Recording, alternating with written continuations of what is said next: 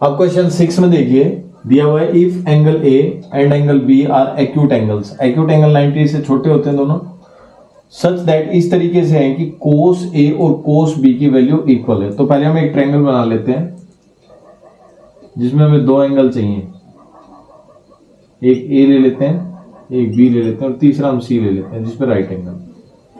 ठीक है, एक बार थीटा इधर लेना पड़ेगा और एक बार इधर लेना पड़ेगा इसके हिसाब से। देन शो दैट, तब हमें दिखाना है कि एंगल ए और बी इक्वल है। इसमें एंगल ए और बी इक्वल दिखाने का एक ही तरीका है, हम इस ट्रायंगल को आइसोस्केल प्रूव कर दें, यानी ये वाली साइड और ये वाली साइड इक्वल हो तो ये आइसोस्केल हो जाएगी और आइसोस्केल होगी तो एंगल ए और बी इक्वल हो जाएंगे। तो इसकी सहायता से प्रूव हो जाएगा। तो देखो हमारा जो इंडिजीनियस फॉर्मूला है पीवीपी, ठीक है, कोस ए की वैल्यू बेस अपॉन हाइपोटेन्यूस, कोस ए बेस क्या है हमारा ए ये है ना, तो इसके हिसाब से बेस ये हो गया ए C upon hypotenuse A B. फिर सेकंड केस में कोस बी, कोस बी अगर बी ये लेंगे तो ये बेस हो गया ये वाला और ये हो गया हमारा परपेंडिकुलर, तो बेस अपॉन हाइपोटेन्यूस यानी B C upon hypotenuse same है ए बी।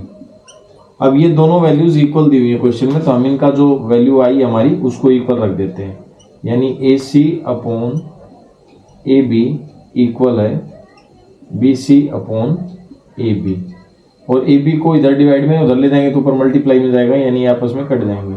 इसका मतलब आ गया हमारा ए सी जो है वो साइड बी सी के इक्वल आ गई, ए सी साइड ये है और बी सी साइड ये है, ये दोनों साइड इक्वल आ गई। That means triangle A B C, इसका मतलब यहाँ पे लिखेंगे हम therefore triangle A B C is आइसोस्केल ट्रायंगल।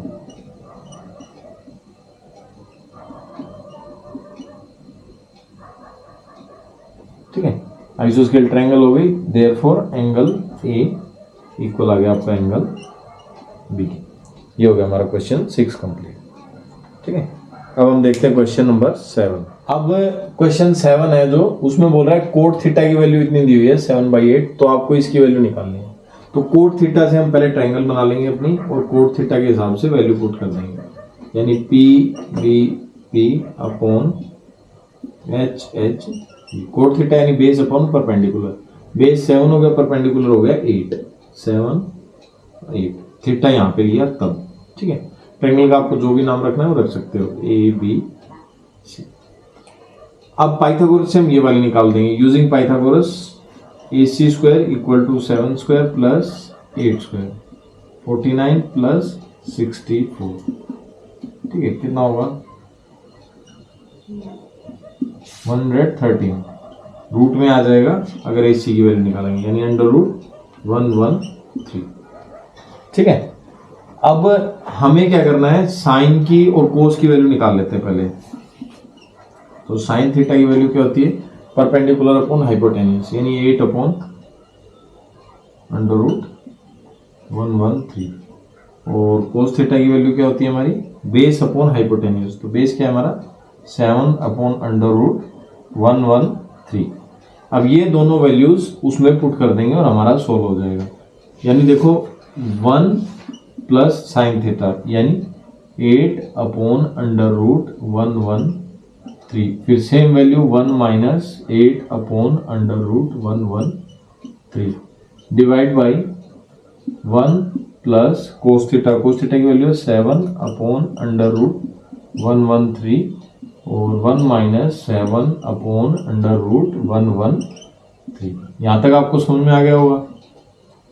ठीक है, यहाँ तक समझ में आ गया तो फोकस करो, a प्लस बी और a माइनस बी, यानी a square minus B square, 1 का स्क्वायर माइनस 8 अपॉन √113 इसका स्क्वायर डिवाइड बाई सेम 1 का स्क्वायर माइनस 7 अपॉन √113 इसका square.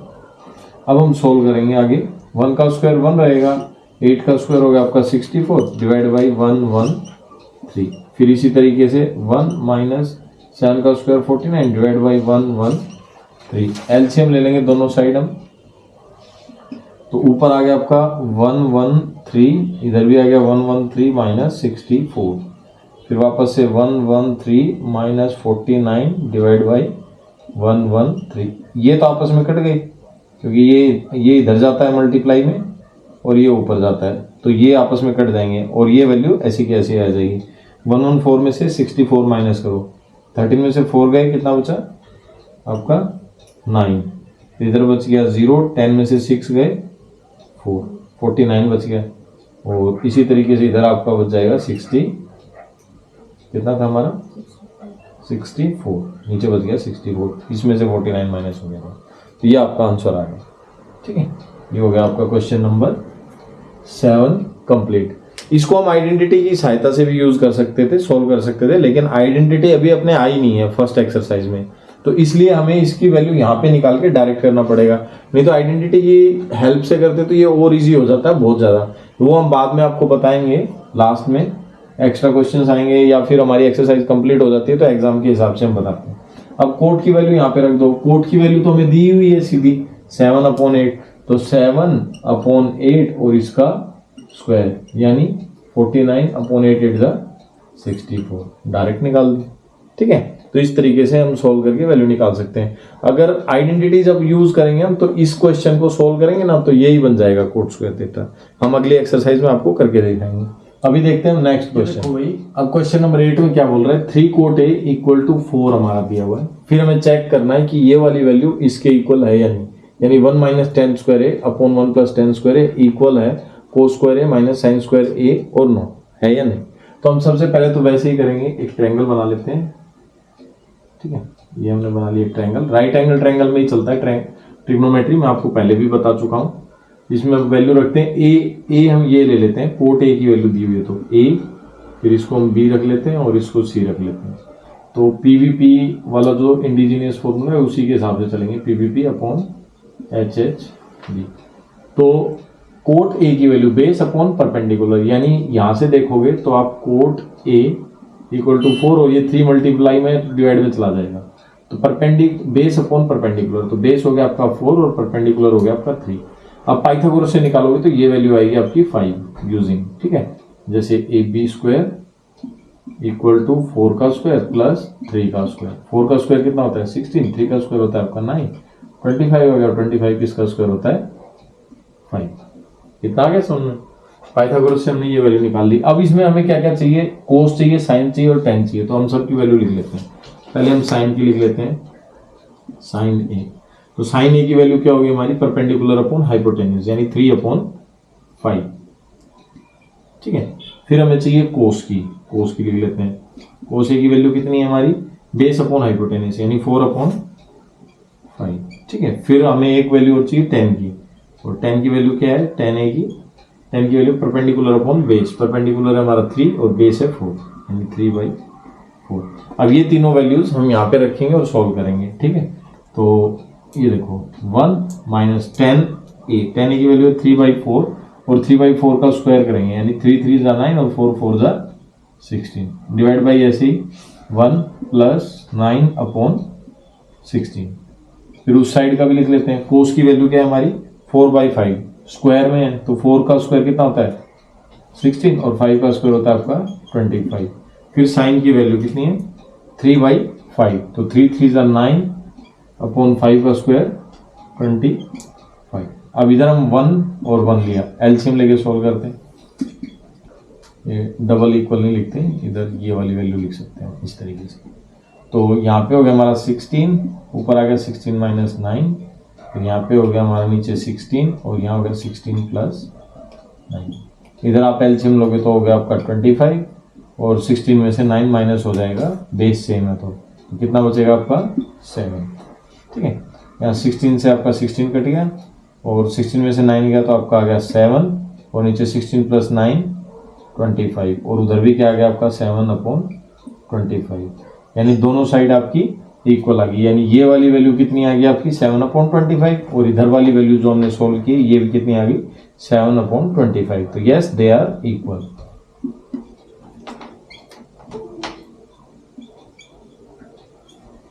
Yes they are equal, और आप लिख सकते हो you can write now yes these both the values are equal. ठीक है, जो भी आप लिखना चाहो स्टेटमेंट में दे सकते हो। तो ये भी सिंपल सा क्वेश्चन था, ज़्यादा हार्ड नहीं था। ठीक है, तो नेक्स्ट क्वेश्चन देखते हैं। क्वेश्चन नंबर 9 देखो, और पीछे वाले क्वेश्चन में मैं एक चीज छोड़ दी थी, वो भी आपको बता देता हूं। एक ट्रायंगल लेते हैं हम ABC, triangle ABC, right angle at B, A B और C, और tan A की वैल्यू 1/√3 दी हुई है। ठीक है, अगर यहाँ के हिसाब से देखेंगे तो हम फॉर्मूला बना लेते हैं PBP/HHB, और tan की वैल्यू आपको 1/√3 दी हुई है, यानी परपेंडिकुलर अपॉन बेस। तो अगर a ये ले रहे हो तो परपेंडिकुलर ये हो जाएगा 1 और बेस हो गया आपका √3। अच्छा, यहाँ पे ना हमारे को वैल्यू दी होती है 1/√3।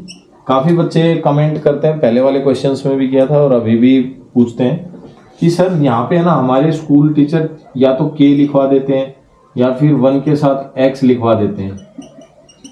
ठीक है, तो बिल्कुल सही है, टीचर गलत नहीं करते हैं। एक्चुअली होता क्या है, ये जो वैल्यू है ना रूट, ये के ये कट जाती है, यानी ये फ्रैक्शन की कोई वैल्यू होती है। जैसे सपोज करो ऊपर 15 है और नीचे है मान लो कुछ भी है जो इससे रिलेटेड है 18 है मान लो, तो ये वैल्यू नहीं होती वहां पे। जैसे इसको 3 से काटेंगे, 3 5 जा 15, 3 6 जा 18, यानी 5/6 होती है। तो एक कॉमन फैक्टर था 3, इसके अंदर भी था इसके अंदर भी था, यानी 3 मल्टीप्लाई में था, 3 × 5 और 3 × 6।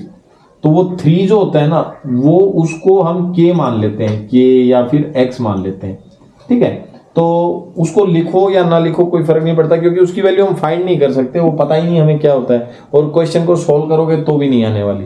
ठीक है, तो अगर आप इसको लेके सोल्व करोगे तो बेटर है, थोड़ा इंप्रेशन अच्छा बनता है। अगर मान लो आप टॉपर टाइप के बच्चे और आपको ऐसा लग रहा है कि हाँ मैं अच्छा करूंगा, तो आप x या k लेके सोल्व करो तो ज्यादा बढ़िया है, नहीं तो डायरेक्ट करो तो भी चलेगा, गलत नहीं होता क्वेश्चन। ठीक है, ये थोड़ा सा बताना था आपको तो बता दिया मैंने।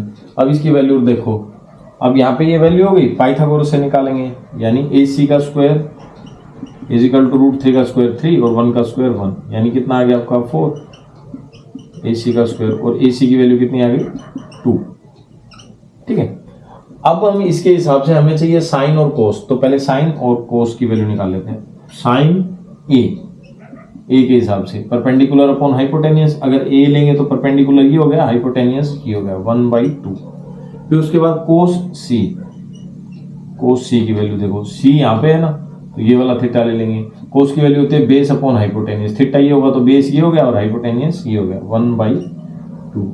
फिर कोस a इधर लिख देते हैं, कोस a की वैल्यू आपकी क्या बन रही है, a ये हो गया, तो यहाँ के हिसाब से देखेंगे, यानी बेस अपॉन हाइपोटेन्यूस, यानी √3/2। ठीक है, फिर हमारा साइन सी की वैल्यू क्या होगी, यहाँ से देखेंगे परपेंडिकुलर अपॉन हाइपोटेन्यूस, यानी √2। ये चारों वैल्यूज यहाँ पे हम पुट करेंगे और हमारा क्वेश्चन सोल्व हो जाएगा। यानी 1/2 कोस c 1/2, फिर कोस a √3/2 इंटू साइन c √3/2। तो ऊपर है 1, 2 2 हो गया आपका 4, फिर √3 का स्क्वायर और 2 2 हो गया 4, ये यहाँ से कट जाएगा। फिर 1/4 प्लस 3/4, बेस सेम है तो 4, और ऊपर हो गया आपका 1 + 3 यानी 4 से 4 कट गया, कितना आ गया आपका 1। तो इस तरीके से आप इसको सोल्व कर सकते हो। ठीक है, ये सिंपल हो गया। सेम इसी तरीके से यहाँ पे वैल्यू रख देंगे, इसको मिटा देता हूँ मैं, अब इसकी जरूरत नहीं है हमें। कोस है, और ये जो मैंने PVP और HHB लिखा था, ये इसको आपको रफ वर्क में करना है, इसको शो नहीं करना है, क्योंकि ऐसा कोई मतलब मैथमेटिशियन कोई फॉर्मूला नहीं है, ये इंडिजीनियस फॉर्मूला है, मैं पहले भी बता चुका हूँ आपको। अब इसमें भी वैसे ही वैल्यू रख दो, कोस ए की √3/2 इंटू कोस c की वैल्यू है 1/2। ठीक है, फिर माइनस साइन ए 1/2 इंटू साइन c √3/2। ये देखो, तो यहाँ पे ऊपर आ गया आपका √3, नीचे हो गया 2 2 4, ऊपर हो गया √3, नीचे हो गया 4, सेम वैल्यू है तो आंसर आ गया आपका 0। ठीक है, तो ये हो गया आपका 9th क्वेश्चन। तो ये भी सिंपल था, ज़्यादा हार्ड नहीं था। आशा करता हूँ ये भी आपको समझ में आ गया होगा। बाकी क्वेश्चन वीडियो ज़्यादा लंबी हो जाएगी, तो बाकी के क्वेश्चन हम अगले वीडियो में करेंगे।